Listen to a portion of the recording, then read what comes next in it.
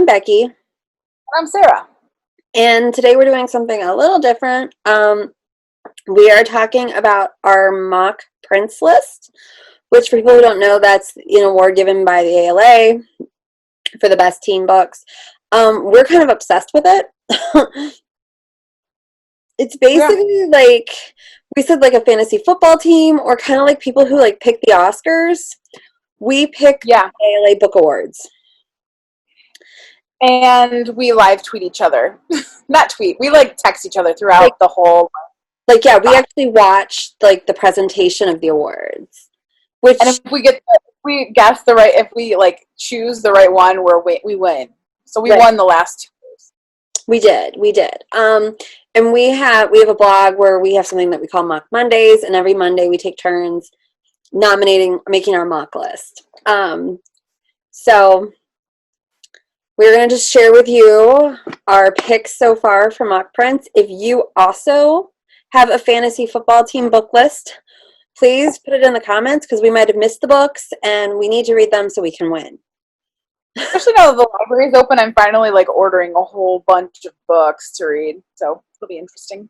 Well, and I keep saying at the height of COVID, but I feel like we're currently at the height of COVID. But there at the beginning, publishers pushed off stuff. So there was a lot of stuff that we were excited about that never got released. Well, and the other, it's difficult to find mock lists for Printz because, with Newberry, there are ALA related blogs and things, but for Printz, there really isn't kind of one source that you can go to find the top right picks. So. And we just read and read and read. We do mock Printz with our friends. We do, yeah, it's weird. So we're gonna start the list. The first book on my list is called Almost American Girl. It's an illustrated memoir by Robin Ha, and it is based off of her experiences. She was born in Korea, and in the 1990s, when she was, I believe, just starting high school, her mother gets involved with somebody. She doesn't marry him until later, and moves her from Korea to the United States. And it's just about her trying to figure out how to fit in. She doesn't speak English. She doesn't know anybody.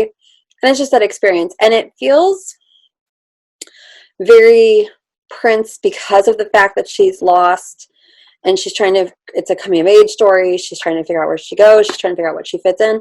And that immigration story is very relevant right now. Plus, graphic novels are starting to get some love in the awards. So I wouldn't be surprised if this makes the Printz list.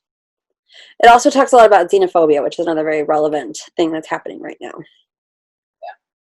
Yeah. So we're each supposed to have 3 by now. I actually only have 2 because back in January, because we start looking for books the day after they've announced the previous. We do. So it's really difficult to find mocks at that point, and so I had a watch list, and what was it? All American Girl. Is that what it was called? All American Girl was on my watch list. Almost American Girl. Thank you. Almost American Girl was on my watch list. So there's that one. But now I'm going to talk about my real first one that is not a watch. I actually read it. So my first mock choice was Yes, No, Maybe So by Becky Albertalli and Aisha Saeed. So this is Jamie is terrible at public speaking in every context. However, he is very politically minded and comes from a politically minded family. He is helping at a campaign for a local state senate contender, and everything is going great until the campaign needs him to go door to door to talk up the candidate. Jamie gets paired with Maya, a girl he used to be friends with and still kind of likes. Maya is having a challenging Ramadan. Her parents have split, and her mother has tasked her with taking part in a local campaign to earn the privilege of getting a car. When working on the campaign, she is paired with dorky Jamie, who just doesn't seem to get it. The two continue to work together and begin to develop feelings for each other. Will this budding friendship and campaign be a success? And I think it's perfect for Printz because this novel provided a layered plot that discusses the politics of the time, but will also appeal to future generations. It discusses the inner conflict and societal discrimination against a variety of religions, and Maya was well-rounded and a well-developed character. Also, it just seems like the Youth Media Awards, the ALA Awards, are really kind of bringing in kind of politics and what's going on socially and societally at the time. Like it seems like they're evolving to kind of include this part of it. It just seems like to me that they want to make sure that it's socially relevant, even though that's not one of the criteria. Based on past winners, it seems like that is something that definitely plays into it. Well, and what's funny about that book is it came out, I want to say like in January. Like it came out either January, I think January. I think I remember finished reading it before I went to like Zoo Lights. The thing about that also is it feels more relevant now than it did when it came out. So I think that's something that makes it stronger. My second book is Clap When You Land by Elizabeth Acevedo. Did I say it right? I always say her last name wrong, which is horrible because she's an incredible writer. This is about two sisters. One lives in New York. The other lives in the Dominican Republic. And they don't know each other exists.